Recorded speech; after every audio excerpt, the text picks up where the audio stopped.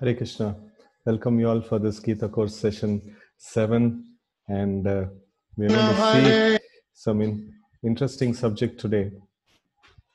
So let's offer our prayers and then let's start the session. Om Jnanatimirandasya Jnananjana Shalakaya Chakshurunmilitam Yena Tasmai Shri Gurave Namaha. Namo Vishnupadaya Krishna Prashtaya Bhutale Srimate Bhaktivedanta Swami Niti Namine. Namaste Saraswate Deve Gauravani Pracharine Nirvisesha Shunyavadi Paschate Deshatarine. Jai Shri Krishna Chaitanya Prabhu Nityananda Shri Advaita Gadadara Srivasa Adi Gaura Bhakta Vrinda. Hare Krishna Krishna Krishna Hare Hare Hare Rama Rama Rama Hare Hare. So today we are going to see this topic about various philosophies, their progression and contradictions that are there. So always, we may have wondered this: what is this Dvaita, Advaita, and then what is this? Various kinds of philosophies that is talked about, and what is their background? And if the scriptures are one, we don't have different scriptures, but still, we have many different kinds of philosophies that are there. So, how to actually understand these things. So that's something that is mentioned that we are going to detailedly discuss today. So let's see the agenda. So we are going to see all these various philosophies, right? So Shunyavad, that is propounded by Lord Buddha; Advaitavad, propounded by Adi Shankaracharya; and then Vishishtadvaitavad, propounded by Ramanujacharya; and Dvaitavad, propounded by Madhvacharya; and then Achintya Bheda Bheda Tattva by Sri Chaitanya Mahaprabhu. And we are going to see the progression of the philosophy and why contradictions in these philosophies. So basically, as I told, they have not written their own scriptures. No, that's not there. So all of them, speak from the same scriptures. Same thing is used, but then, they have different kinds of conclusions that are there. So now we are not going to talk about any religion here. So there are many different religions that are there, but today's session is going to see about the idea of philosophies, but not any religion, right?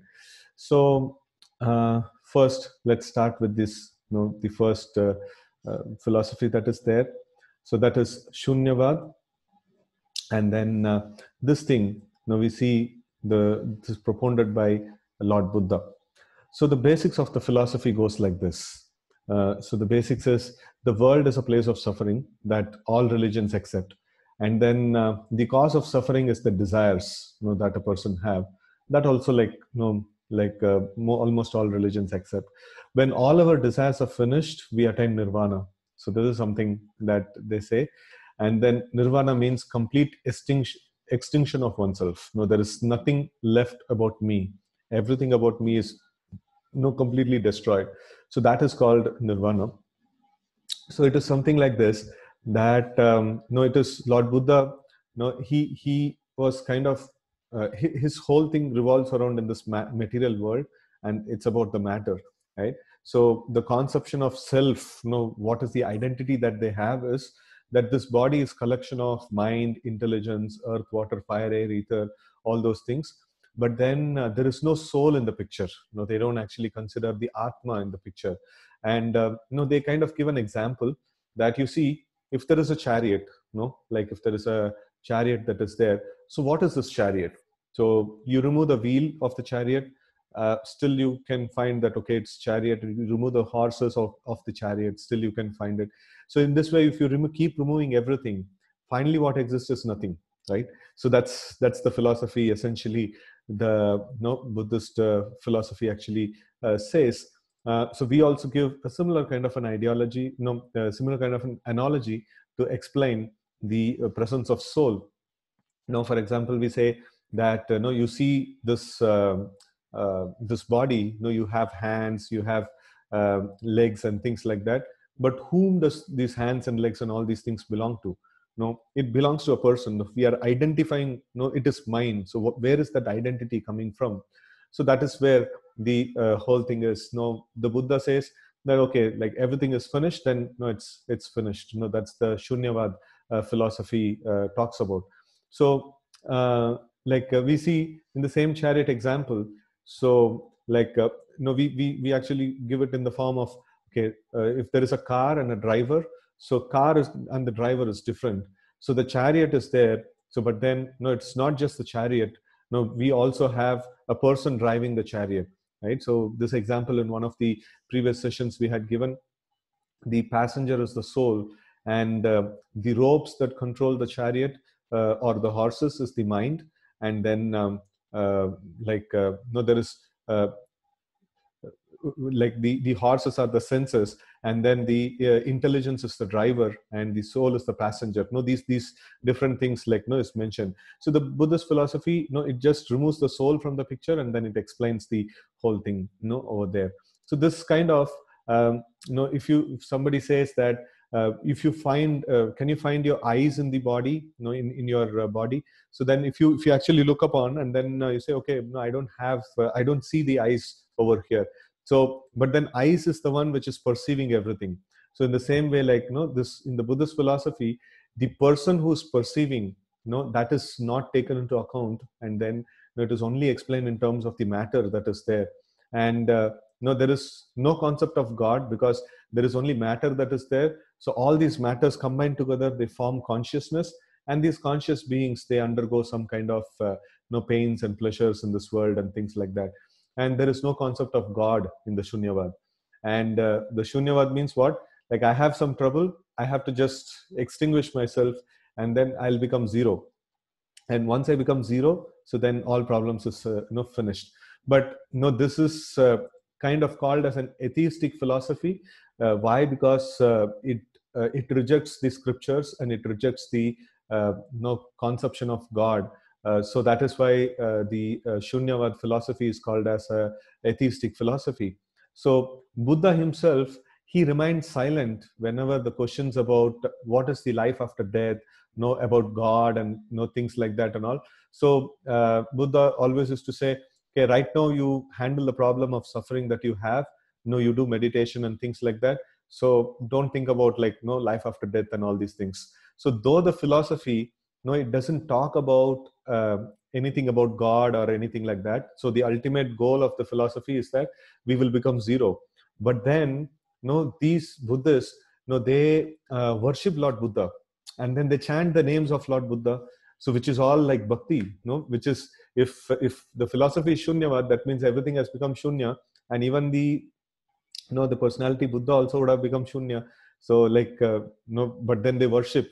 So that actually goes to say that worship of God is an essential aspect of our existence, right? So without worshiping God, it is somewhere or other it is there, this attitude of somebody is there higher, and somebody is actually looking after things and things like that.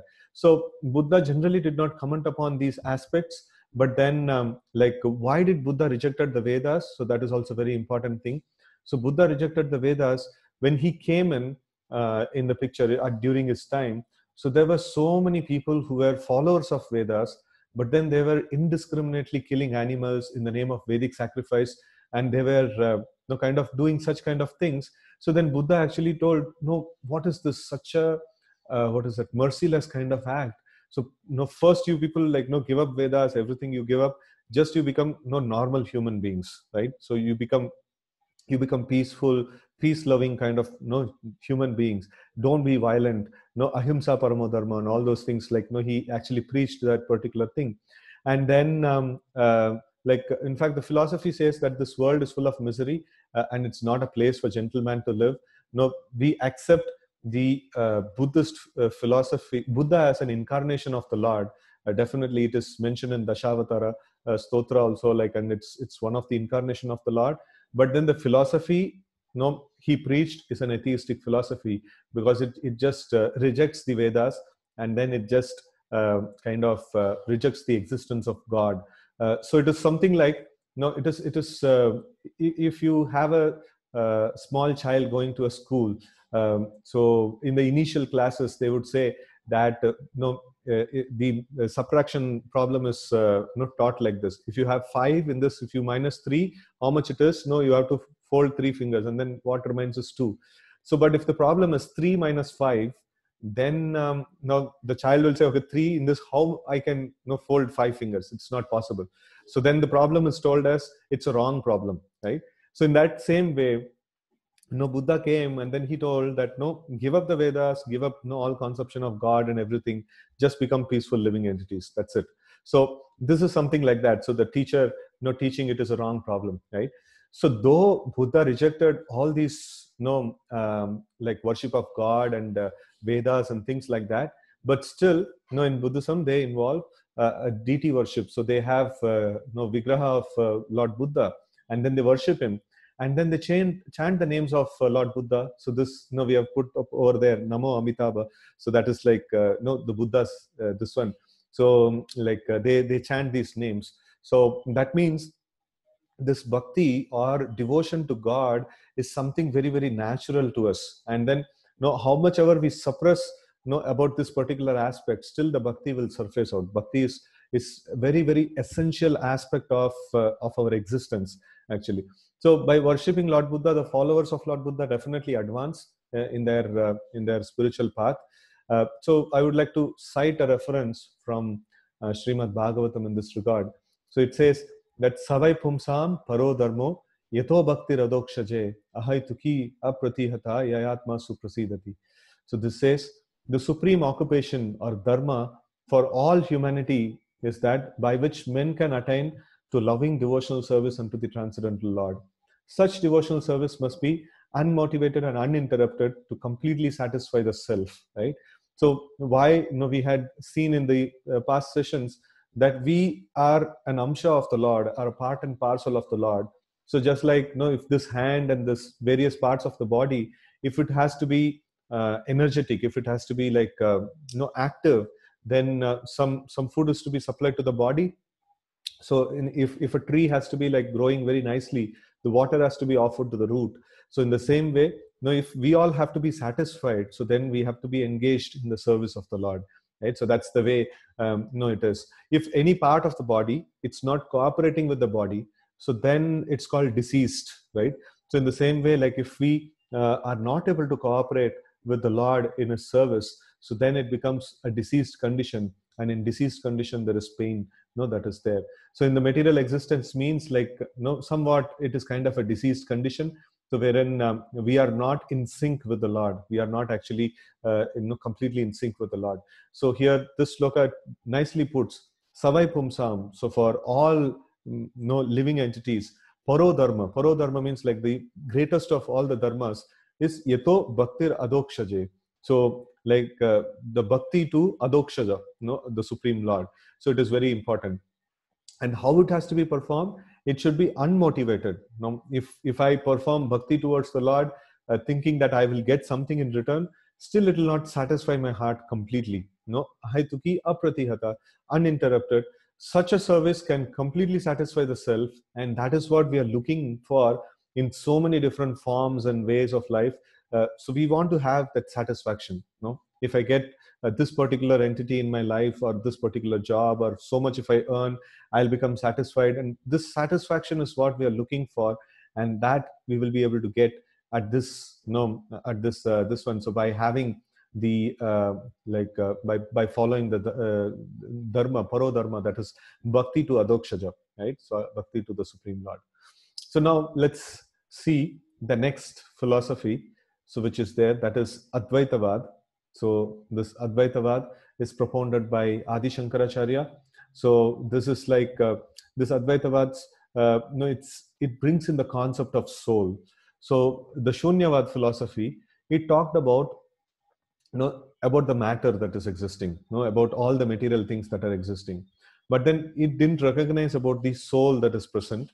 So but Shankaracharya, he brings in the concept of soul, so which is not like something, it's new invention or something like that. He just brought in the scriptures, the Bhagavad Gita and all the scriptures in place. Automatically the scriptures talk about the soul, and the the soul is a very, very essential aspect. So like in Hindi language we can see Adhyatmik Jivan. So there is this Atma word is always there in in the spiritual circles, right? So Shankaracharya actually brought in this, this one of scriptures. He brought the scriptures back into the picture because Buddha rejected the scriptures, and now Shankaracharya is bringing it back into the picture. And then he described that there is only one truth, that is Brahman, or the soul, Atma, which is called Brahman, means something spiritual is called Brahman. So there is only one thing that exists, that is Brahman, and everything else is illusion or false. That means whatever you see in this world, everything is false. Only soul exists, and then that soul is what is everything. And then he explained that Jiva and the Lord are the same. So there is no two different souls. There is only one Atma and only one Brahman. No, everything material what you're seeing is illusion, and Brahma Satya Jagat Mithya. So this is the philosophy in essence of Advaitavad. And he describes the absolute truth to be without any form, qualities, and energies. That means we don't have a God who has some form, who has some qualities, who has some energies and things like that. So when God comes to this world, he kind of takes a form, takes a form like us, or some, it's of that nature ki. The soul is permanent and the matter doesn't exist only. Whatever you're seeing is illusion. So that's what is the Advaitavad philosophy talks about. So anyways, the next philosophy is Vishishta Advaita. So that is qualified oneness. So now as we go forward, so you have to keep a note or keep a track of this thing. Right? So first thing that we discussed was Shunyavad. It has only matter, and then it talks only about matter, and it says there is no spirit at all is there. And then because it is not based on scriptures. And then the philosophy of Advaita we saw, it is based on scriptures. Shankaracharya says, yeah, matter exists and spirit also exists, right? So that's how much it came in. So in Vishishta Advaita, so that is propounded by Sri Ramanujacharya. So this is called qualified oneness, Vishishta Advaita. So that is qualified oneness. And he explains that there is oneness between Lord and the Jiva in specific conditions. There is, in specific conditions, like ourselves and the Lord are same, but then there are also differences. The Lord and Jiva exchange relationship as master and the servant. They have a very, very nice relationship amongst each other. So, and like what way we are one and what way we are different. Yeah, Lord is spirit, we are also spirit. And the Lord is, like he has likes and dislikes, we also have likes and dislikes. So in this way, so many different qualities that are there in the Lord. So all these things are present in us also, the Jivas, right? So he essentially told the spirit is not one. It is, God is there and we are there. So two things, that are there. And we have a very, very nice relationship amongst, like God and us. So that's the philosophy that Ramanujacharya actually, gave in. So he proved all these things based on the scriptures, the same scriptures. So that's the speciality of Ramanujacharya's philosophy. And then next what came in is the Dvaitavad. Dvaitavad is like a complete difference between God and the living entities. So this is propounded by Sri Madhvacharya, and he explains there, there is two tattvas, that is God and the living entity, which even the Ramanujacharya spoke about. But then he says, it's clearly different, and there is a gulf of difference. Ramanujacharya just told that, okay, there is not just one soul, there is God and us, but then there is like some similarities and some differences, like that he mentioned. But Madhvacharya told, no, there is like huge difference, there is a vast amount of difference. And then he was telling, one is supreme, another is dependent. So God is an independent entity and we are a dependent entity on God, right? So like the Lord is fully independent with qualities and attributes. We living entities are dependent reality, but not equal in God in any way. Like, we are just completely different from God, right? So we are very, very insignificant. We are very, very small, but then God is really like, very amazing kind of a personality. So that's what is mentioned there, right? And then, okay, so let's just. So this is what he mentioned, and according to Madhvacharya, there are these two factors. One is independent, another is dependent. So Madhvacharya mentions that the living entity can never become God. No, that is not possible at all. So that is the establishment of Sri Madhva, right? So and then we have we have the next philosophy. So that is called Achintya Beda Beda Tattva. So this is the philosophy that we ISKCON come in this one. So here it's mentioned that Lord Sri Chaitanya Mahaprabhu, he actually propounded the philosophy of Achintya Beda Beda, that is simultaneous oneness and difference, with the Lord. So there exists Lord and his different energies. The way the Lord's energies function is very, very inconceivable. Unlimited ways the Lord's energies actually function. So it is mentioned, Parasha Shaktir Vividaiva Shruyate Swabhaviki Jnana Bala Kriyacha. That means the Lord has so many inconceivable energies that he doesn't need to do anything. Natasya karyam karanam cha vidyate. So he doesn't need to do anything. Simply by his desire, everything will get manifested. So that's the power of the Lord. And the way the Lord's energy functions, they are very, very inconceivable in this way. And then the different energies of Lord are internal, marginal, and external. So like one is the God himself, and then internal energies. What are the internal energies? Lakshmi ji and all the spiritual manifestations are all internal energies. And marginal means we are all like the marginal energies. So we, the living entities. And external energy means this earth, water, fire, air, ether, mind, intelligence, and false ego. So in essence, what exists in the whole creation is the God and his energies, and nothing else exists in the whole creation. So we are his energies, the matter is his energy, and the spiritual world is also his energies. The Lord, with all these things, what is he doing? He does unlimited, inconceivable, and wonderful pastimes, that he actually performs, right? So this is what is the, like different philosophies. Now I'll just put it in one page, what is there. So we saw the different philosophies in a bird's eye view, and our goal for today is acknowledgement of these various philosophies that exist. You will anyways, if you are embarking in a spiritual path, you will definitely come across some of these like different philosophies in your journey.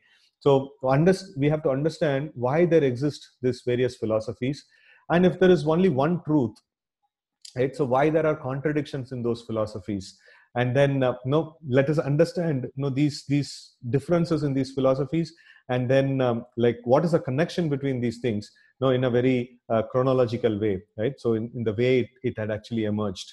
So first is that this kind of analysis is called Sankhya. Sankhya means like to actually count different things that are there, or to see in a discrete way what all things that are there. In essence, philosophy means that which can explain everything that is present in the world. That's called the philosophy. And we see that, so there are first in the Buddhist philosophy, these things were put in. So we can actually accept that our modern science is also kind of a Sankhya. So which is actually analyzing this matter and material world, and then manipulating this matter to do many, many different things and things like that. So there are 23 elements of material nature that exist. So these 23 elements are the 5 basic elements, that is the Panchabhutas, earth, water, fire, air, ether, and then 5 knowledge acquiring senses, that is eyes, nose, then tongue, then ears, then skin. So these are all knowledge acquiring senses. From eyes I can see and perceive things, right? So I get some knowledge. And from nose I can actually get the smell. That's also a knowledge, what kind of smell it is. And from the tongue I can get the taste, I can get some knowledge through that. And then through ears also I can get some knowledge. We are hearing now also. And then from touch we can actually get the this one knowledge about the texture and the surface of the object that we are touching.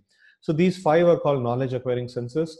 And then there are 5 working senses. That is like mouth, hands, legs, anus and rectum and things like that. So we have like working senses means some work is produced through that.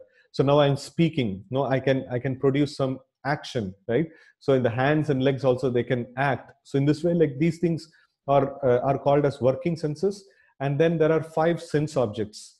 Now for eyes, the sight is a sense object, and then for ears, sound is a sense object. And in this way, like all the 5 knowledge acquiring senses, they have their equivalent or their respective sense objects, right? And then there is mind, intelligence, and false ego. So all these things put together is 23 material elements. So this is like, it's very basic of any scriptural idea, to see that this world is composed of these 23 elements, right? So then after this, what comes next is the next philosophy that comes in is the philosophy of Shankara. So in that is like, only matter is there. Is there anything more? So like when the scientists or philosophers exhaust all the material elements, they describe the world. They actually come to the point of there is nothing more that is existing. And Buddha also mentioned the same thing. No, there is nothing more than all these things. So then we have the philosophy of Shankara. So now, like, this is how to explain the consciousness. This is Advaitavad. So how to explain the consciousness that is there in the picture? So that is, matter is inert. Matter doesn't have any consciousness. So now we have many material objects that are there. This earphone that I have. So it doesn't have any consciousness. It doesn't say that I'm getting pain or I'm getting happiness and things like that. So it is just there. It's inert thing. So there is something beyond the matter. So that is the 24th element, and that is called the soul or Brahman, the spiritual element of it. So Shankara established that there is Brahman, and he told that the Brahman is reality and material nature is false. So the Brahman is the reality. So the soul is the reality, right? So that's the point till which Shankara actually brought the philosophy. And then is the Brahman, all the Brahman same? So then like Ramanujacharya, he brought in the concept of God. So there is the soul is not just the soul. So there is one type of soul that is there, is God. So it is in the Vedic literature, it is mentioned that Eko Bahunam Yo Vidadati Kaman. So that means Nityo Nityanam, Chetanas Chetananam, Eko Bahunam Yo Vidadati Kaman. So that means Nitya means like eternal beings, which those beings which doesn't have any destruction. The matter has a time of destruction. This body also has a time of destruction. So at some point in time, we have to give up this body, and then we have to leave this world. So this body has a destruction, but the soul doesn't have a destruction, right? So that is mentioned. Nityo means plural number. There are many such eternal beings are there. And Nityo Nityanam, amongst that, like there is what is that? Like amongst the like many different eternal beings, there is one eternal being that is there. And Chetanas Chetananam, amongst many conscious beings, there is one conscious being that is there.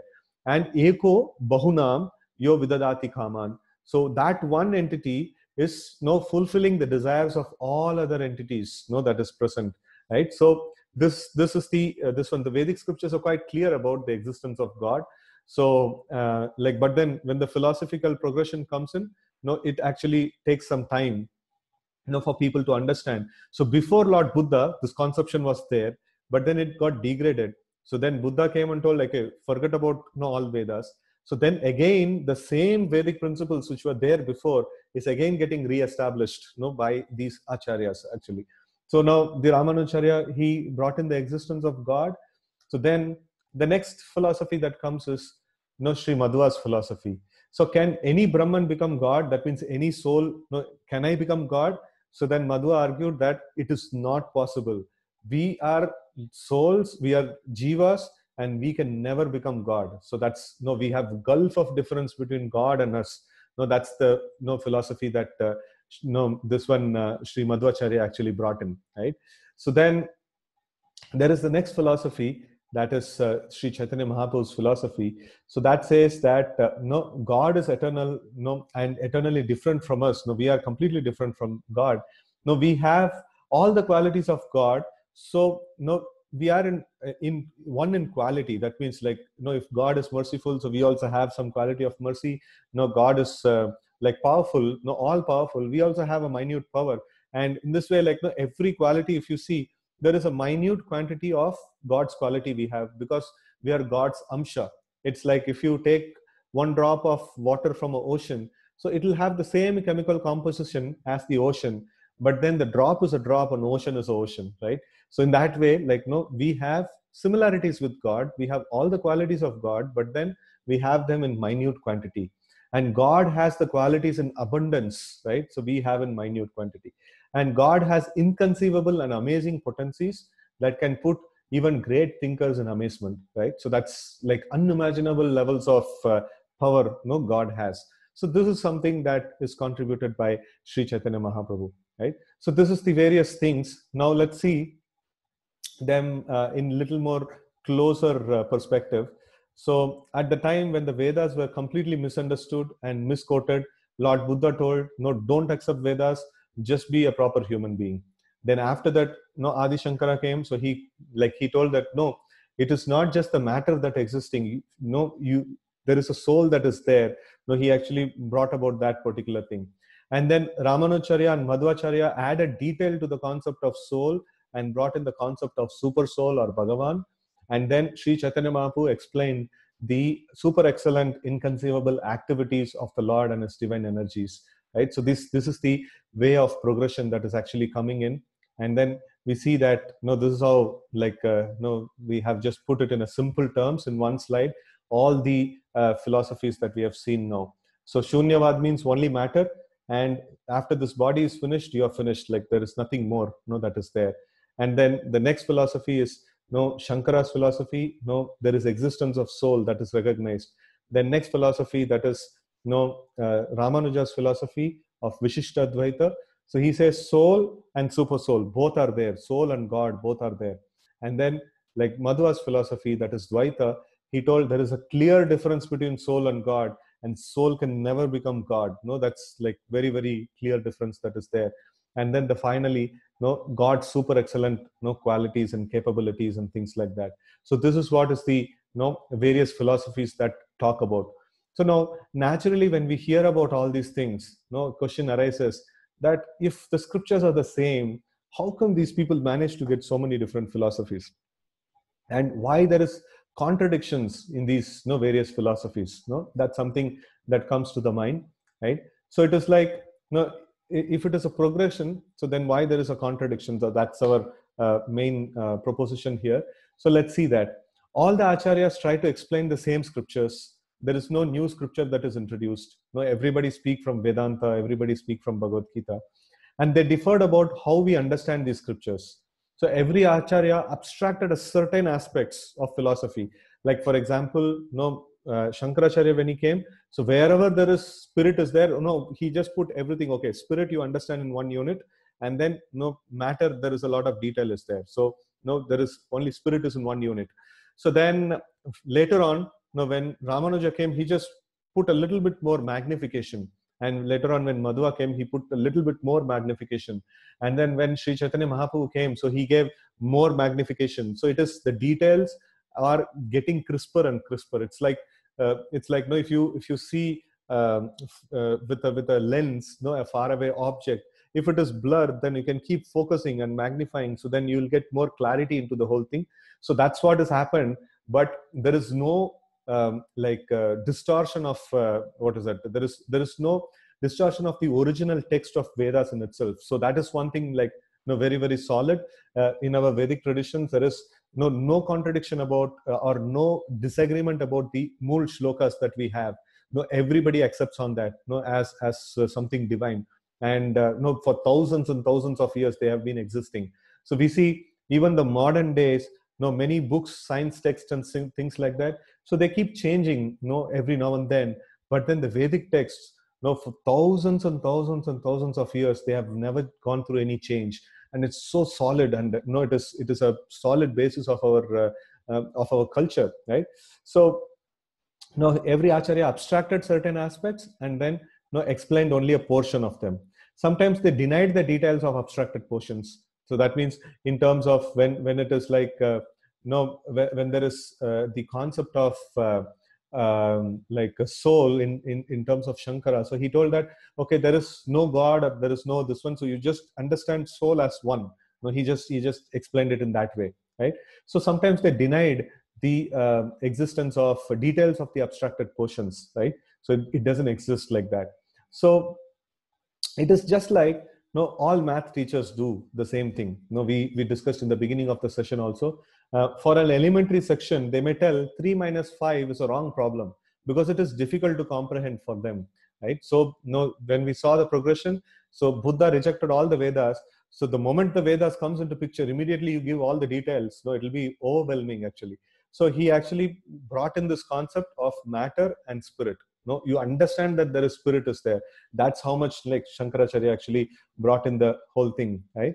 So he just mentioned this thing. But then when the same school teacher, like the same a teacher in the same school in a higher grade, so he may say that 3 minus 5 is a valid problem, the result is -2, right? So this is not possible for a elementary standard, because he knows only 3 in this. How I can fold the 5 fingers?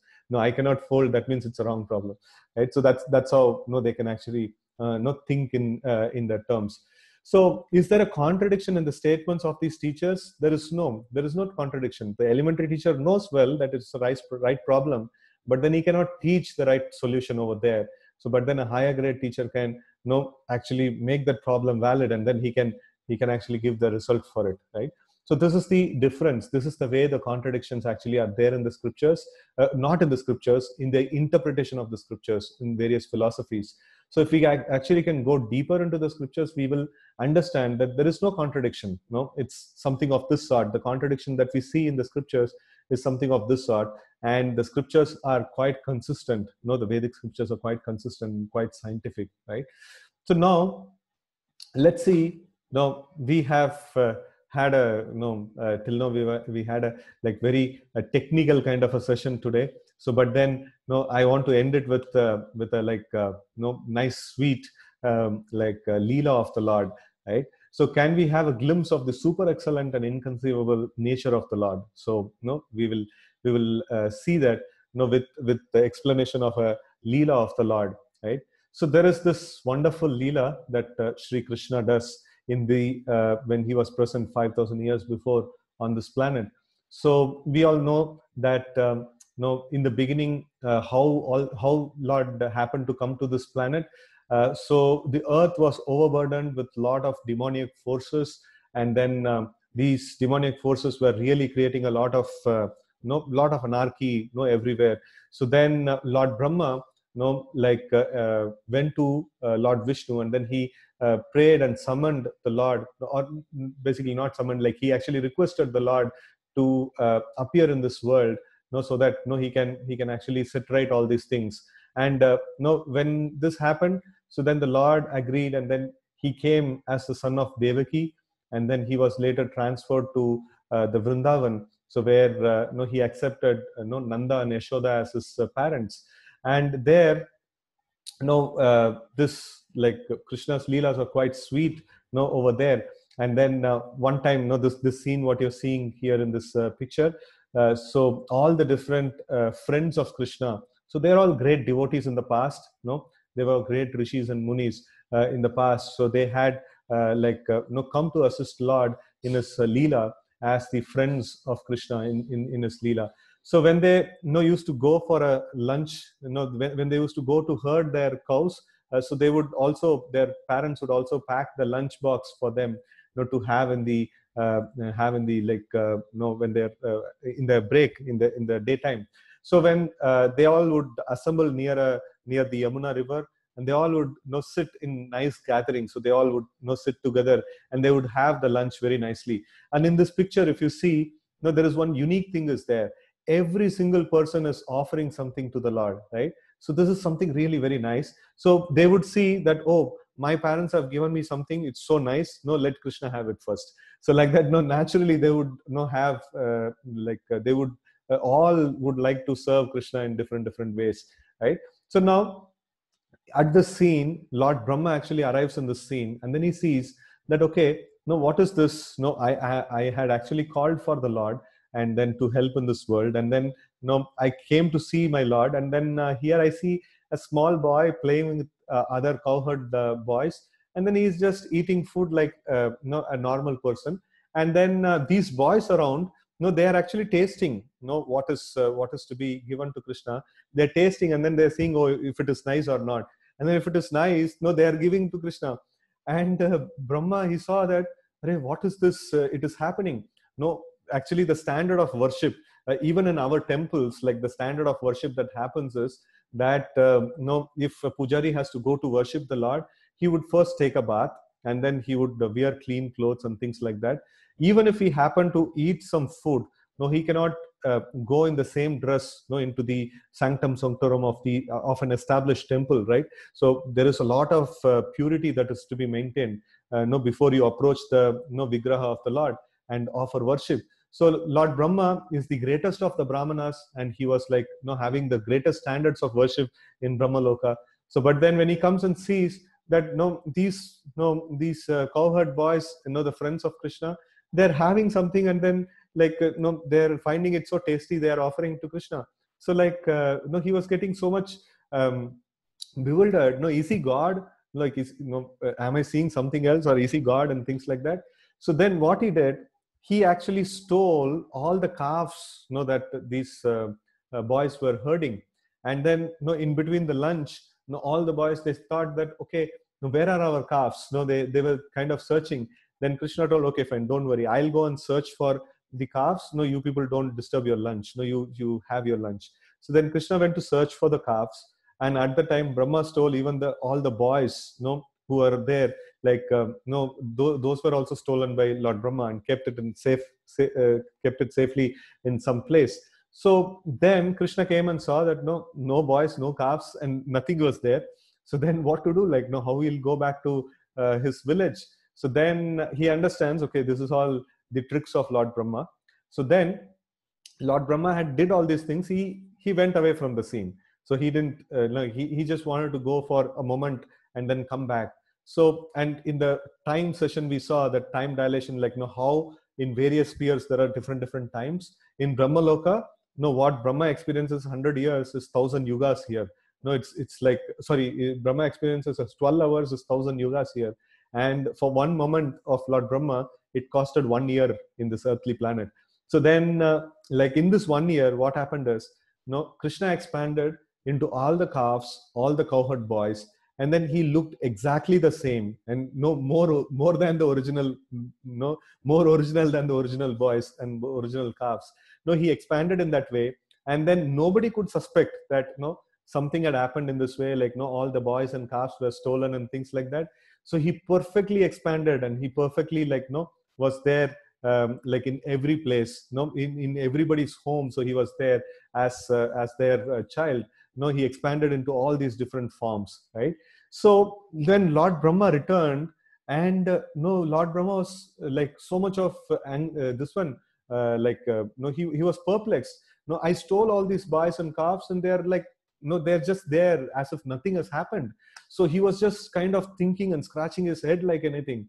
So in fact, if you see, Lord Brahma is the creator of this universe, especially this particular universe.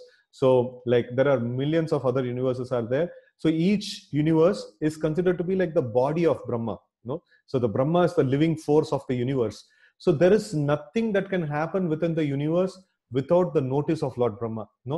Hey, somebody is like scribbling over here.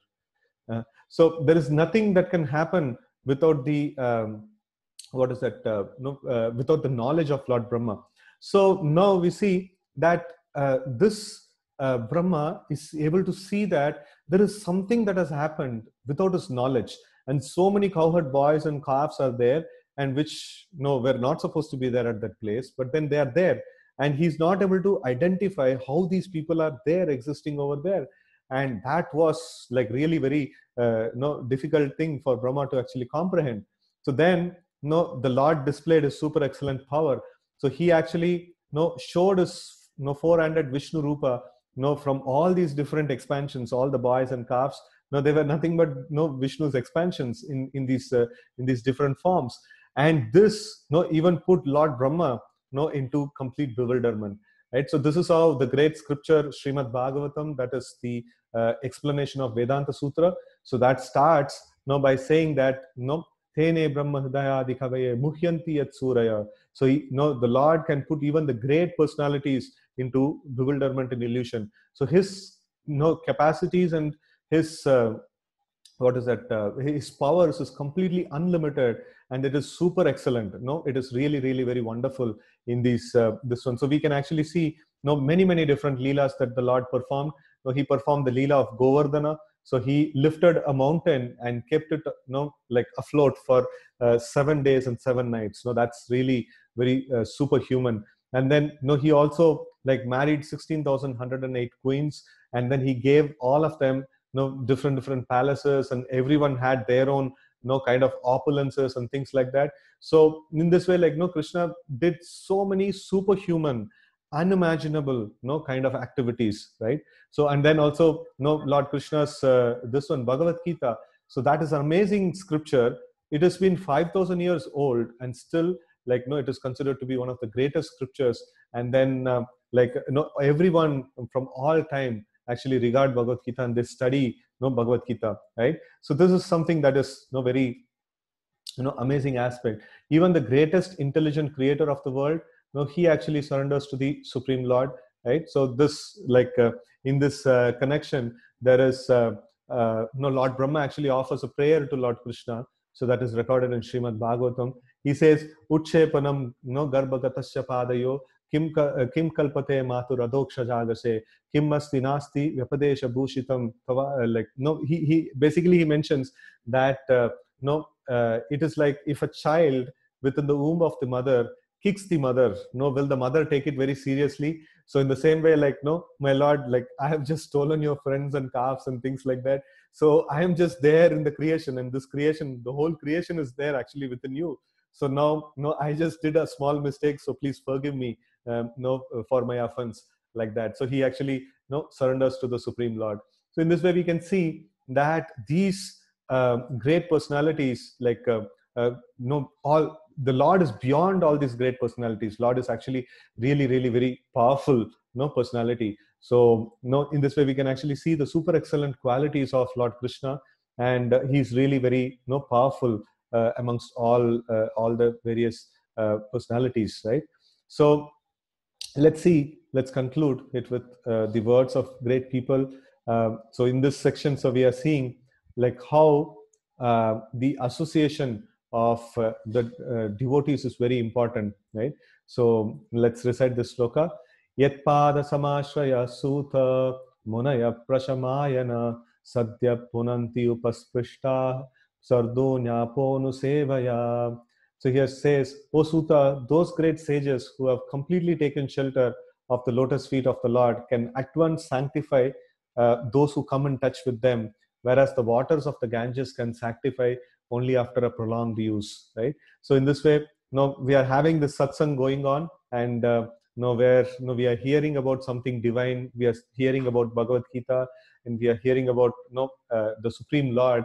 So let's keep this thing going on, and let's actually don't miss this satsang programs that when it is happening. So in this way, like we can actually purify ourselves, and then we can progress in our spiritual path, right?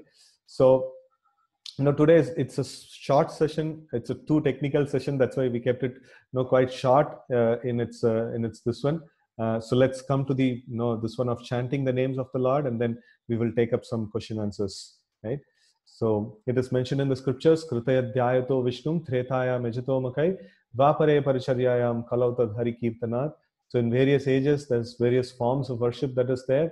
So in the Satya Yuga, it is the dhyana on Vishnu, and Treta Yuga, it is fire sacrifice, and Dwapar Yuga, it is the elaborate temple worship, and then in Kali Yuga, it is Hari Kirtanat, right? So the chanting the names of the Lord, and specifically like we chant these names, Hare Krishna, Krishna Krishna, Hare Hare, Hare Rama, Rama Rama, Hare Hare.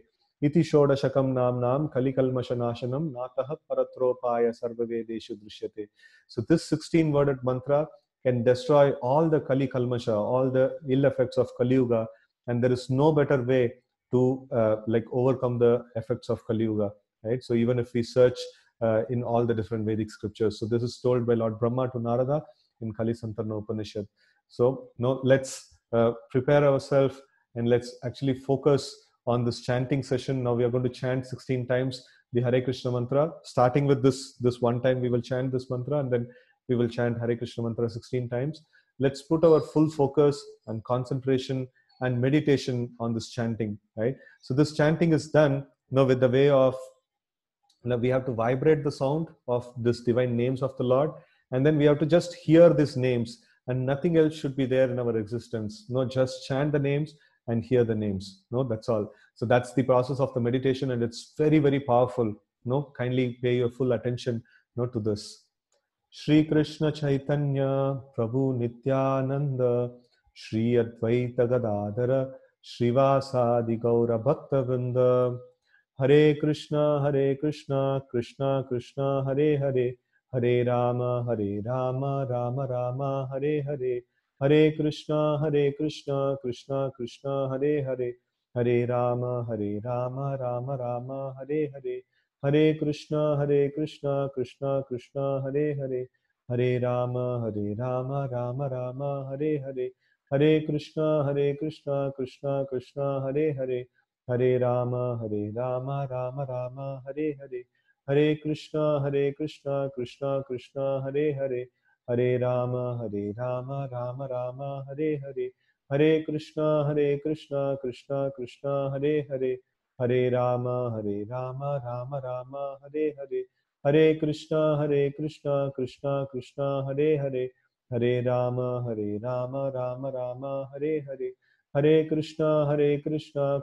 Krishna Hare Hare Hare Rama Rama Rama Hare Hare Hare Krishna Krishna Krishna Hare Hare Hare Rama Rama Rama Hare Hare Hare Krishna Krishna Krishna Hare Hare Hare Rama Rama Rama Hare Hare Hare Krishna Krishna Krishna Hare Hare Hare Rama Rama Rama Hare Hare Hare Krishna Krishna Krishna Hare Hare Hare Rama Rama Rama Hare Hare Hare Krishna Krishna Krishna Hare Hare Hare Rama Rama Rama Hare Hare Hare Krishna Krishna Krishna Hare Hare Hare Rama Rama Rama Hare Hare Hare Krishna Krishna Krishna Hare Hare Hare Rama Rama Rama Hare Hare Hare Krishna Krishna Krishna Hare Hare Hare Rama Rama Rama Hare Hare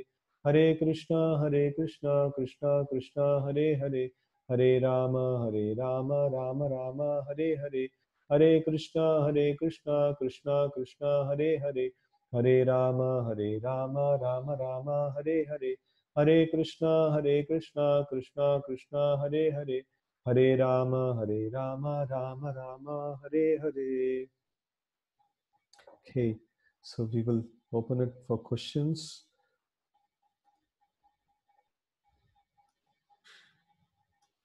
Okay.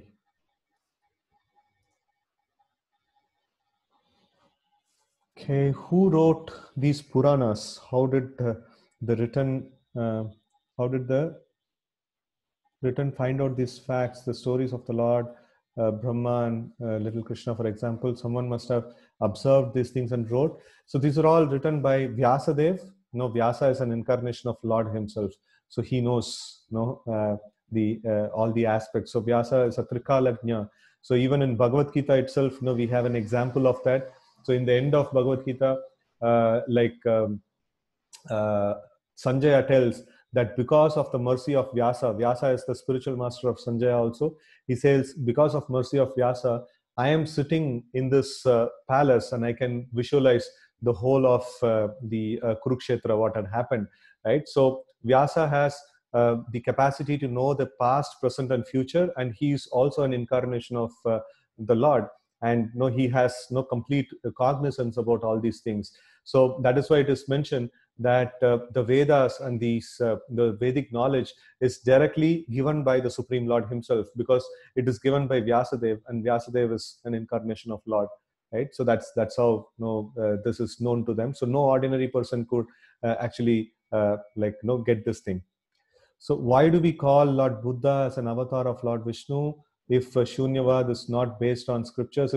If he was an avatar, he would have followed the scriptures and strived to inculcate what Vedas said, rather than saying, no, just like as I mentioned, the school teacher, if a teacher is there, then how can he say like 3 - 5 is a wrong problem? Sometimes it had to be said, right? So Lord Buddha it's not that whether we call him like a god or not. So he is he is the incarnation of Vishnu. So that is confirmed by Vyasadeva. And it is for a particular purpose for which actually he came in, and then he rejected the Vedas for that purpose, right? So otherwise it is and Lord had a plan to get in the other philosophies, other refinement over a period of time. And also this also means that various peoples are there, they have different kinds of mentality and different kinds of they want, like, why we have even materialism as a philosophy. So even the materialistic philosophy is also philosophy where there is no God and things like that and all. So people want it. So Lord is so merciful. Okay, you want this philosophy? No, I'll give it to you. No, you enjoy. No, like that. So Sri Krishna inculcated Vedas to Arjuna through Gita as an avatar. Yeah. So this is just because it's just like we can take that school teacher ka example. So that is what is the explanation that we can give to this. And he is an avatar, but then he has rejected the scriptures for a specific reason. And then can you kindly explain why there are four sampradayas? Is that philosophy is same, but some sampradaya, especially in South India, they say Lord Krishna is one of the incarnation of Vishnu. So that is okay. Like 4 Vaishnava sampradayas, all the 4 Vaishnava sampradayas accept Vishnu as Supreme Lord. So that is the commonality, and there can be some little difference in that. So that doesn't matter much. Essentially Vishnu is Vishnu means the Supreme Lord. So Vishnu is supreme, and then we are his servants. So that's the essential aspect of these 4 sampradayas. And why there are 4 sampradayas are there? Like 4 different kinds of devotees initiated the sampradayas. So one is Lord Brahma, another is Lord Shiva, another is Lakshmi Ji, and then another is the 4 Kumaras, the sons of Brahma. So all these personalities, they had a different kind of a relationship with Lord, and they propounded their way of worship of the Lord in their sampradaya. So it is just a choice of different way of worshipping the Lord, right? Somebody wants to see the Lord as a servant, somebody wants to see the Lord as a parent, and somebody wants to see the Lord as a friend. So in this different ways, like the relationship these people have with the Lord. So that is the only difference that is there, right? And then what is the difference between Buddha philosophy and Vipassana? Vipassana is essentially, I think, Buddha philosophy only. I don't have much of this one. So in many of the Buddhist philosophies, it is not there. So Buddhist philosophy also has taken into many different shapes. It is the original philosophy has transformed into many different shapes. And in the Buddhist countries, you can see that worship of Lord Buddha and the chanting of the names also goes on. So in some versions of the philosophy, they may not. But then in general, there is, you can actually search this Namo Amitabha and things like that. So they will be chanting these names and all. So over there. So my essential point over there was the Buddhist philosophy said there is no God. But then some sects of these Buddhist philosophies, again they brought in the this one Murti of Lord Buddha, and they started worshipping, and then they started chanting the names of the Lord. Right. So that's the essential thing I wanted to communicate, that how much ever we put off the Lord, the conception of Lord and worship of Lord, these things keeps coming back, because that's something very basic in our system. So is Sankhya Yoga chapter 2 of Bhagavad Gita pertains to these Sankhya we talked about? Yeah, something like that. So Sankhya Yoga, the Sankhya in second chapter is quite little. In the 7th chapter, again, the Lord revisits that, where he says, Bhumi Rapo Anala Vayo Kammano Buddhirevacha Ahankara Mitiyame Binna Prakrita Rashtada. So he actually gets into that. So Sankhya, it's not just in the 2nd chapter. So 2nd chapter is kind of named as Sankhya, but then there is much more Sankhya later in the Bhagavad Gita, later chapters of Bhagavad Gita, right? So yeah, so this analysis is based on that. And then, okay, could you tell me about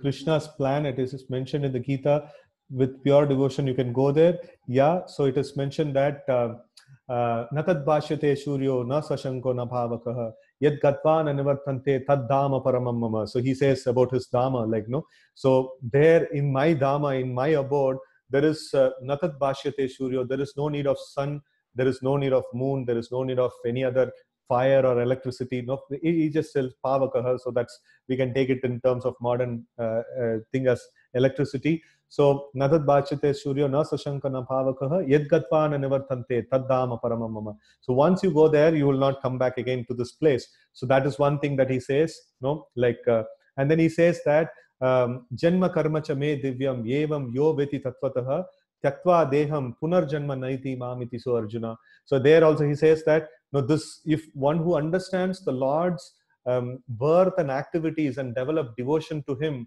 so then, no, he goes to that place, no, where punarjanmana vidyate. So like, no, he goes to that place where he will not be he will not come back again to this world, right? So that's something that he mentions there.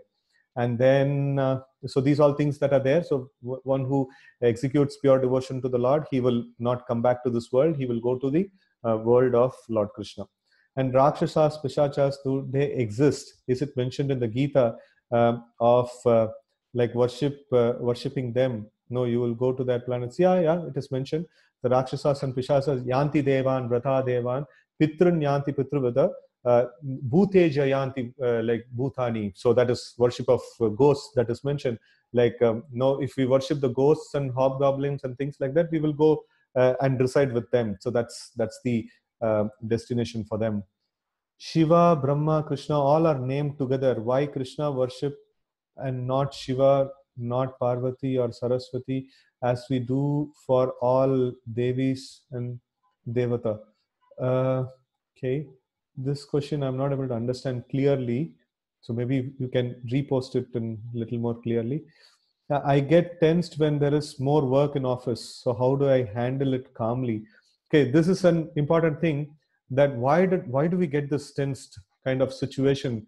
It is because, no, I'm thinking that, like, no, there is some overwhelming kind of work is there and I have to finish all of them, and then, no, it is actually weighing very heavily, no, on me. So when this thing is there, so we have to just, no, put it down, like no, we have to schedule it, and then, like, we have to kind of take it in a little easier way. So that is possible only if we have absorption and meditation back at our this one. So some people may have a more durability. If we don't have durability, then we have to, you know, bring in the durability, and that's possible by meditation process. So the whole process of meditation is what we are doing. No, when we are chanting, it's very simply we are telling here, you just have to vibrate and you have to hear. And at the time, what will happen? So many thoughts will come to the mind, and then again we have to say, no, here I am there only for the purpose of chanting. I'm just going to vibrate this sound, and I'm just going to hear, and nothing else. So when I keep, doing this process, again and again, and then I beat off all the unnecessary thoughts that are coming, it actually kind of makes me very calm, and like, it actually makes me very, very stable. And when we get such levels of stability, so then it is quite powerful. Then we will be able to handle much more heavier loads. And we see that in the mode of ignorance, there is a lot of panic and things like that is there. In mode of passion, there is kind of this one, yes, I can do it. No, I will do and show, like that. No, that's the mode of passion. And mode of goodness means, okay, he knows exactly how much he can do, and he knows exactly how much he cannot do. He will just take as much as it is necessary, and then he'll be calm throughout, right? So we have to come to the stage of mode of goodness. That's when we will actually be able to be there in a calm state of mind. And for that, meditation is a very, very essential aspect, and we have to do it every single day, without fail. So then we can actually do this thing in a much better way. And God, Krishna married 16,000 gopis. I've heard some people talk, this is negative motivation. What Gita would suggest on this? Why negative motivation? We are saying that all of us are part and parcel of God, and all of us are meant to serve God, and 16,000 people serve God. So what is the problem of that? Right? So we say that every single living entity is meant to serve God, and then here few people serve God. So how does it make any problem? So it's just God is saying, he's just giving a sample. That's it.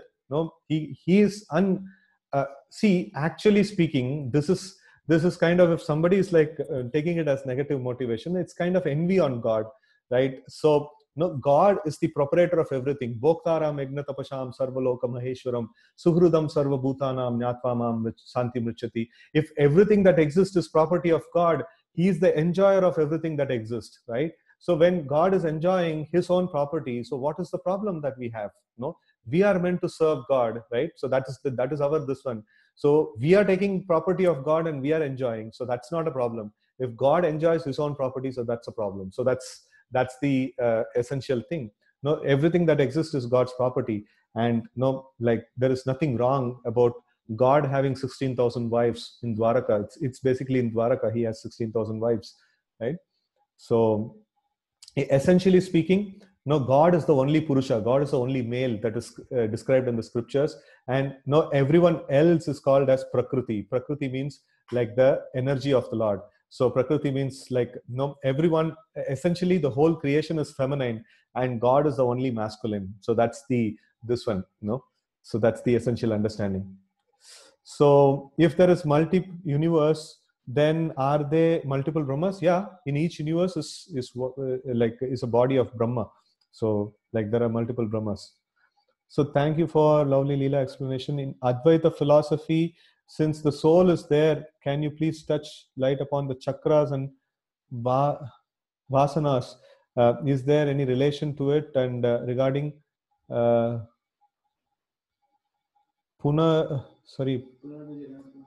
Janam, Punarapi Maranam. Okay, fine. So this is like vasanas means like our desires to enjoy something. No, that's called vasanas. Or previous samskaras are called as vasanas, and chakras are completely different from vasanas. Like that doesn't have any this one, right? So Shankara says, yeah, Punarapi Jananam, Punarapi Maranam. So this thing actually Bhajagovindam is a very, very amazing masterpiece of Shankara. Like though he spoke about Advaita philosophy, but finally, like he composed this Narsimha Karavalamba Stotra and this Bhajagovindam and things like that. So where he clearly established that God is there and we are meant to serve God. So he defied his own philosophy in the end, but then only sincere students can catch that. So what is the philosophy of Christians and Muslims? Why so many interpretations of gods, Jesus and Muhammad? So Jesus and Muhammad are recognized as messengers of God in Bhavishya Puran, and like they also, Jesus' philosophy is more of Vaishnava philosophy actually. So actually this one is they call the Lord as Christos. So that is like a transformation of the name of Krishna, and then this Mary and like the infant and things like that and all, it's all coming from the Vedic roots actually. In fact, there is one particular portion of Lord Jesus which is not spoken about much. Actually, Lord Jesus was residing in his middle portion. He was residing in India, and then he was there in Jagannath Puri. He was there in Himalayas. He was actually by culture he is a Vaishnava. By culture is a Vaishnava, and then he just went and propagated his philosophy, and that came about to be like some different things. Like the basic thing is, whenever I meet a Christian, so like they whenever they see a saffron person, so they come and argue with us and things like that. So I just ask them, why you don't have faith on the words of Jesus? Jesus told, "Thou shalt not kill," but then why are you people maintaining slaughterhouse and killing animals? So why, like then they say, no, animals don't have soul, so we can eat them. So in which philosophy that comes like, no, animals don't have soul, so all animals have soul, right? So basically these philosophies have got distorted a lot. Now there are hundreds of sects and they don't have the original scriptures of their lineage. So that's a problem in those lines where they don't have the stability of the original scriptures being maintained. And it is a very well-known fact. There are many kings. They came in and they actually took the Bible in their custody, and then they changed and passed amendments on Bible. And that is something that has not gone through with the Vedic scriptures. Vedic scriptures have never been amended for at any cost, right? So that's something this one. So their philosophies, I would say, like the original of their philosophies are no more existent. They're kind of distorted a lot. So what is meant by God is part of us? He is part of our soul? No, God is super soul. We are part of God. No, God is not part of us. No, we are part and parcel of God. So if you see, like as I explained, that Krishna is explaining in the seventh chapter of Bhagavad Gita, as this earth, water, fire, air, ether, mind, intelligence, and false ego, all these are my energies. And then he says the Jiva Bhuta, like aparyayam ikastvanyam prakritim viddhime param Jiva Bhuta Mahabaho Yedam Daryate Jagat. So he says that there is another prakriti, there is another energy of mind, that is the living entities, the jivas. So we are all an energy of God, right? So conscious energy of God. The matter is unconscious energy of God, and living entities are conscious energy of God, right? So we are part and parcel of God. God is not part of us, we are part of God, right? So that's the understanding. So what is the purpose of Lord creating humans and then coming in different avatars and trying to explain concepts of Vedas, that too they are being different avatars, sages and things like that? Okay, so trying to explain the concept in so many different ways, couldn't it be simple and easy, understood by all common people? Definitely it could have been. So the main problem is we are all residents of the spiritual world, Vaikuntha, but then somehow we couldn't able to tolerate that God is God. So we wanted to become God. So then okay, God told that if you remember that I am God, so then you can never become God like me. So like if you want, like I am the God, so by nature it is like the Lord is the God, and then we are all his part and parcel, so we can never match him, but then we have a desire to match him. So then the Lord says, okay, fine, I'll create a world for you where you can forget me, and if you forget me, then you can try to become Lord and master of all that you have, right? So the moment we forget the Lord, everything that we see is illusion, because there is nothing that exists without the creation of God or without the energy of God. Everything that exists is energy of God. And then when everything that exists is energy of God and you forget God, that means you forgot the root of it. So then the problem becomes more complex and complex and complex, right? So then when Lord comes back and says like, no, you see, like, no, you are a resident of Vaikuntha and you're suffering here. Why not you come back? Come back. So then we say like, no, there are so many other things are there. Like, no, here, maybe I'll try out in this way. I'll try out in that way. Then God has to come in different avatars, and he has to come and save us in different things. And these different philosophies have to be brought in because we are in Ajnana. So we wanted to forget God and enjoy separate from him. That's the basic mistake that we have did. The moment we forget God, no, we are in illusion, and then we have to be taught again. And so when we are taught, so then again it starts from ABCD, like the whole thing. We just don't want to accept it just like that. So that's the basic problem that is there in the whole thing. So it is not that the God created human beings first. We are living entities residing in the spiritual world. So we want to remain separate from the Lord. And then the Lord says, like, no, Lord gives this whole world to us. And due to our karma, we keep getting different kinds of bodies that are there, right? So, and yeah, so this philosophies, can it not be easily understandable? If we go to the mode of goodness, all these philosophies will become crystal clear. You don't need to even attend a Gita course. No, everything will become crystal clear. So just by chanting the names of the Lord, and if you actually raise yourself to the platform of mode of goodness, then the knowledge automatically arises, right? So that's the essential thing. So now we are seeing this knowledge based on the scriptures. But then if you come to the mode of goodness, then whatever you're learning here, this automatically comes from within. So that's how powerful is the thing. So that it is mentioned, Nitya Siddha Krishna Bhakti Sadhya Kabunai. No, you don't need to get it from outside. This knowledge, you don't need to get it from outside. Sadhya Kabunai Shravanadi Shuddha Chitta. So when we hear the names of the Lord, which is Pavitra, and then Shuddha Chitta, Shravanadi Shuddha Chitta, Karaya Uday. So the actual knowledge actually comes from within the heart, and that is testified. Whether our mind is cheating or actually I've come to the platform of knowledge, we can actually check against the scriptures, right? So in that way, it is not that I am acquiring something from external. So if I'm trying, if it is becoming difficult for me to understand, that means I have a lot of ignorance that is in my system. And when this ignorance is removed by the way of practice of devotion, so then immediately the Shuddha Chitta actually Karayo Uday, it actually comes out in that way, right? So then will you be covering how each chapter is given a specific name? What does the name cover? Okay, we are going to do that 18th chapter wala, this one later some point. You may wait for that. In this Next two session, it's not going to happen. So do plants have soul? Yeah, definitely. They are living entities. Like we had mentioned this in one of the sessions, that Jalaja Navalakshani Stavara Laksha Vimshati Krimayo Rudra Sankhyaha. So Stavara Laksha Vimshati, like no, there are 11 lakh different species of this one plants and trees, and they have soul, right? So we can travel into those bodies also. So is 5 knowledge acquiring senses and 5 senses is both the same or different? Yeah, generally what we say as 5 senses is knowledge acquiring senses. We don't refer to the working senses. The working senses are so the mouth, hands, legs, anus, rectum, and things like that. So and the belly. So these things we don't generally call as senses. No, they are called as the karmendriyas. And generally what we call as the senses is called jnanendriyas. So knowledge acquiring senses.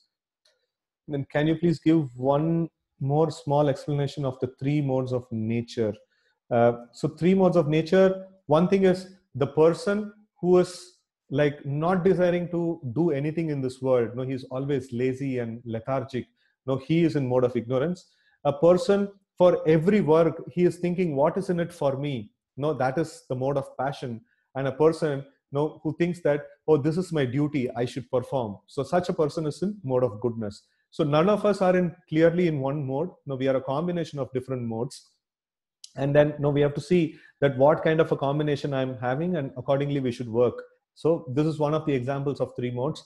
Another example, if you want, like those people who are active in night, no, they are generally in mode of ignorance. No, active in the day, it's mode of passion. Active in early part of the day, like no, the Brahma Muhurta and the early no part of the day. So that's like people in mode of goodness. So these based on the time, based on the results that they acquire, based on the happiness, based on the way they give charity, based on so many different considerations in Bhagavad Gita, these 3 modes are actually mentioned. Right? So all the avatars of the Lord were born in royal warrior families. Why it's so? May not be right. So there is Matsya avatar. So like, and there is Kurma avatar. There is Varaha, and there is what is it? There is Parashuram. So he appeared in a Brahmana family actually, and so all possible places, like the Lord actually appears. Lord appears in the animal kingdom as Matsya, Kurma, Varaha, and then Lord appears in the Brahmana family. Lord appears as this one Vamana. So in that is also like he appears amongst the devatas. Like no, he's one of the he is called as Upa Indra. So Upendra means like the younger brother of Indra. So he's born to Aditi, right? So in that way, like God takes avatars in many different ways, not only limited to royal Kshatriya families. So while worshipping God, there is a difference in this between North and South Indian temples, like the attire being fully covered in North and upper body is exposed in South by the priest. Why? Okay, so this is like, no, this is just a cultural difference. No, there is many cultures that are there. No, they have been they have been there. So that's not a major problem. So the cultures evolve in the places, in different places. But then the basic aspects of dhoti, kurta, or then the sari and things like that, so they are the same, but then the way they actually use them, they are little different. No, that's not a problem. So that's just a variety of cultures that exist. So God is not monotonous, and the cultures are also not monotonous, right? So they have a lot of variety in them. People say that God is in every living entity. Is that wrong? So God is super soul. No, the body is there. The body is driven by the soul, and the soul is driven by the super soul, right? So God is the ultimate, shelter of everything that exists. So God is in us, means we are part and parcel of God. Like we are part and parcel of God. So we are in God. So that can be told. No, God is in us. Okay, grammatically, like it doesn't fit so well. So which clause in Bhagavad Gita is written that once we go to Vaikuntha, we will not come back? Please share. Okay, so this is Natad Bhashate Shuryo na Sashankana Pavakaha Yadkatpana Nivartante Tatama Paramamama. So this is the shloka. I am not sure like the number of the shloka. It should be 9th chapter or something like that. So anyways, like we will see like where it comes, and then we'll post it in the group, that particular shloka. Not it started Bhagavatam sessions, as you told. Yeah, 2 to 3 p.m. we have Bhagavatam sessions going on.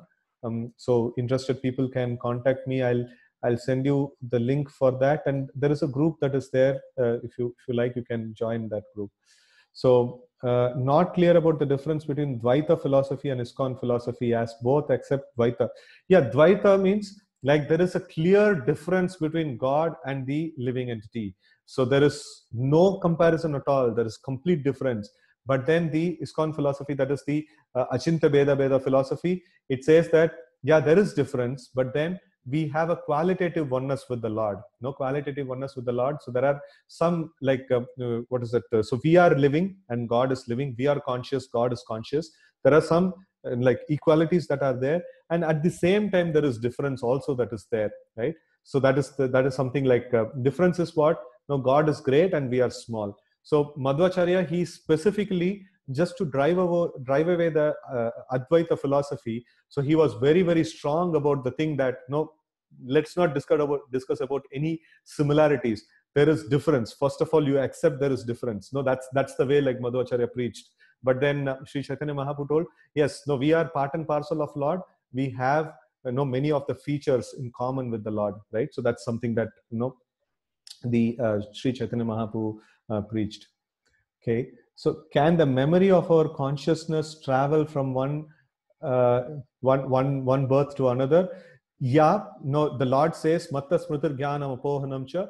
So he says that no, whatever karma we have, whatever memory we have, so Lord enables that in the next birth. So why we forget? No, it's a mercy of the Lord. Even in one lifetime, what all things we have did, no, sometimes it is quite it could be quite difficult to handle all those things that we have done. So if we imagine like if many births what we have done, if we are able to remember, it's quite difficult to handle. So it's a mercy of the Lord that he makes us forget. So essentially he says like Smritir Jnanam Apohanam. So all these things comes from me. So how much ever is required based on our karma, he just enables our memory, and rest of it like he just makes us forget, so that we can our desire for enjoying this world in a particular way can be fulfilled because of that. Did humans evolve from other animals as anthropology? So no, like that is not this one. Consciousness wise we are evolving, but then not from the if that is the case, okay, if humans have evolved from apes, so that means why the apes are not producing any humans anymore? Only at that point in time it produced, or what? Why we are not able to see that kind of a progression now in the known history? Why we are not able to see those things? So this is a very big challenge to the science, where this anthropology, anthropomorphism and things like that, so where these things talks about that humans evolved, all these species evolved from different things. Why we are not able to see such evolution at this current point in time? Why a cat is not becoming something else? Why a dog is not becoming something else? Why humans are not becoming something else? No, it's not supported by the scriptures. The scripture says that different species are created from day one, based on the different karmas that the living entities had in their previous kalpa. So the day one onwards, the different species are there, and there is no evolution that is happening. So evolution in consciousness, definitely it happens. So if I in the human birth, if I don't function accordingly to the human, just like a human being, if I behave like animals, then I'll be given an animal body, right? So karanam guna sangosha sadasadyoni janmashu, so that we saw based on my association with the three modes of nature, I will pick and choose the next body in my next life. That's the this one over there. And then which are the five sense objects? Five sense objects for eyes. That is vision is the sense object, and for the tongue, nice tasty substance is the sense object. For the nose, nice smell is sense object. For the ears, it is the sound vibration that is sense object. And then for touch, different textures are the sense object. So these are this different, that is called tanmatras or sense objects. Is Chaitanya Mahaprabhu incarnation or avatar of God like Krishna or Ram? Yes, we are going to see that in an exclusive session, so we will post it for them. No, and then uh, you just mentioned that when we are in mode of goodness and we keep chanting Lord's names, all the spiritual knowledge comes from within. Then why Bhagavad Gita tells that we need a guidance of Guru? Because no, if we say like, okay, all the knowledge comes from within, and then I think now I have got the knowledge. No, I am thinking that no, I have unearthed the knowledge at this point in time. So then we need a guru to check, no, have I actually come to the point of knowledge, or I'm just an illusion? So that's something like, no, as and when we progress at every moment in time, at every level of progression, we may think, okay, I have reached the destination, I have reached something very wonderful. But then a spiritual master says, no, this is not sufficient enough, you have to go still further. So that kind of a guidance is required, when we are traveling in the spiritual path. So we may think that destination is arrived, but then a spiritual master is required for guidance, for reaching that destination. So please share where we can read about these different philosophies, books you can recommend. These are there in our Bhagavad Gita itself. If you actually go through that carefully. So we have analyzed and taken these different points from these aspects, and then some contemporary examples we have just put in. But then the Bhagavad Gita itself can give you all these things. So we are just digested all those points and then put it in a systematic way for you to understand over here, right? So after Dashavatar, what other avatars of the Lord the world experienced? It's actually not, Dashavatar is just a choice of that particular poet. He just spoke that pralaya payodi jale dhritavanati vedam. So he just spoke that this one. But then there are, the Vedic scripture says, Advaitam Achyutam Anadim Anantarupam Adyam Purana Purusham Navayam Vanam. So Anadim Anantarupam. So the Lord is mentioned as Anantarupa. So the Hamsa avatar is not mentioned in this one. The Yajna avatar is not mentioned in the Dashavatar. There are many different avatars that are there which are not mentioned in the Dashavatar. So Dashavatar is just a pick and choose of particular 10 forms that poet actually relished to have relationship with. So that's what is formed as Dashavatar. It's not that the Lord only came in Dashavatar. So he came in many different forms, right? Hayagriva is not mentioned in Dashavatar. So it's like, why we see dreams while sleeping, sometimes good and bad. So this different levels of consciousness that we have. So there's something called Jagrati, Swapna, and Sushupti, and then like Nidra, and various stages of our our conscious levels.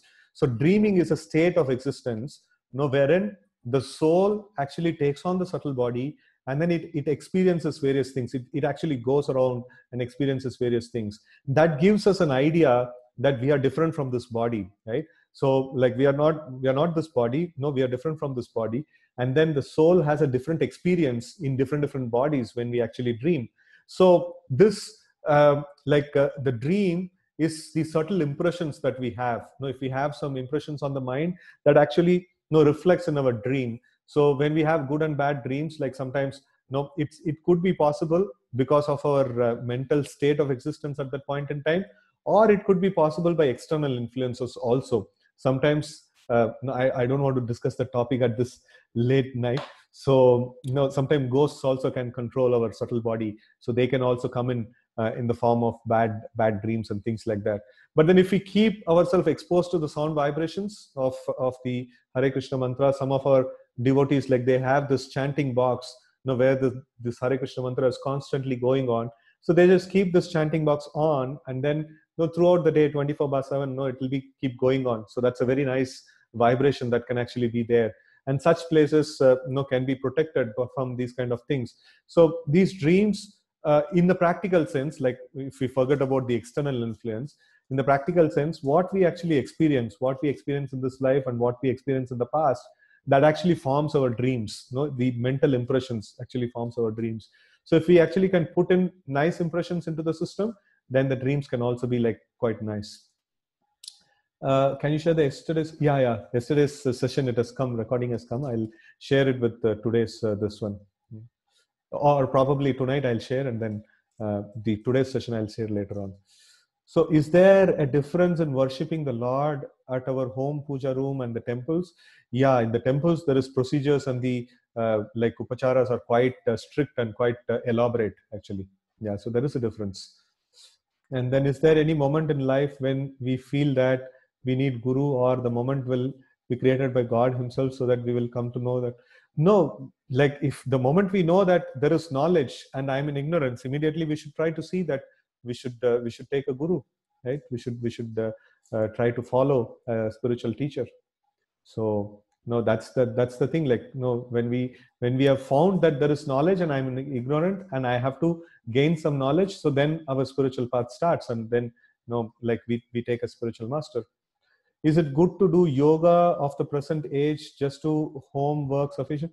Yeah. For body, to keep the body fit, you can do the asanas and things like that. That's not a problem. So that definitely helps in keeping the body fit. But then it is not a spiritual process. It is just a medical or a health process. So okay. And then you mean there will be more avatars after Kalki avatar? After Kalki, the Pralaya will come, and then the next Yuga, the next Satya Yuga starts, and then the Lord's avatars will keep coming. So that is what the Lord says. Yada yada hi dharmasya glanir bhavata bharata abhyutanam adharmasya tadatmanam shrijamaham. So I keep coming. So that's what the Lord says. So Prabhu, do you feel about, what do you feel about sixth sense? So that's a modern concoction. There is nothing called sixth sense. So what they call is something beyond. I don't know, like what is it? Like it's just a concoction. Do ghosts exist? Yeah, they exist. I don't want to speak about that now. So when is Kalki Avatar going to take place? How long? How we will know? So that is there in the this one. That is there in the scriptures itself. It is mentioned that the Kali Yuga is 432,000 years long, and when the Kali Yuga ends, Kalki Avatar will come to finish off everything, and then just pack up the whole thing and get the next Satya Yuga started. So that's the point. The juncture of end of Kali Yuga is when he will come. So in 432,000 years, we have passed 5,000 years, and where the Kalki will come, who will be his parents, which home he will come, and everything is mentioned in the scriptures. So can we read Gita anytime? Yeah, we can. And I've heard that I've heard in fit body, only in fit minds stay. How do we make our mind fit? So mind fit, manastrayate iti mantra. That's why from the day one, we are giving this mantra meditation. So manastrayate iti mantra to actually, if you see, the body can be cleansed by soap and things like that. Our clothes can be cleansed by detergent and things like that. How can we clean our mind? How can we actually exercise our mind? So that's through the mantra. So we have to absorb ourselves in the process of chanting the mantra.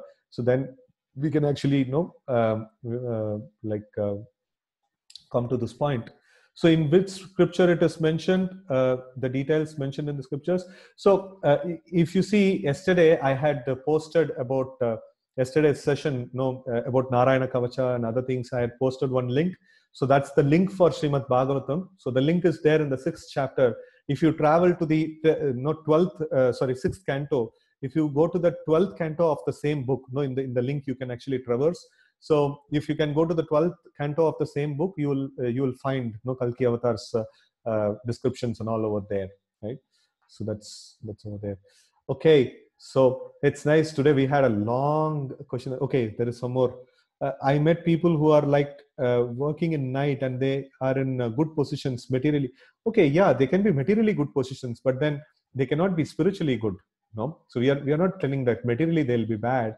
So like they are associating, either they are in mode of ignorance, or because they are keeping themselves active in the night time, so they will pick up mode of ignorance over a period of time. So now we are in different modes. We want to go to mode of goodness, so we try to get up early in the morning. So the moment I get up early in the morning, it's not that I'm in mode of goodness. I am trying to associate with mode of goodness. Over a period of time, I will acquire the mode of goodness, right? So that's the way it is. Okay, can you please share the WhatsApp group link of what? Of which WhatsApp group link? Probably you're already there in the WhatsApp group, right? Geeta, this is the same group what you're there in already. That's okay. So Bhagavatam reading, afternoon Bhagavatam reading, we have a session. So that interested people kindly message me personally, then I will send you the link over there, right? Oh, your form got formatted. Okay, I'll send you. You just send me a personal message. Then I'll send it to you back, because I don't know your. I'm able to see your names, but then in my phone all your names are not saved, and so you probably send a personal message to me. Hare Krishna. So thanks a lot for joining, and no, let's meet the day after tomorrow again. Hare Krishna. Hare Krishna.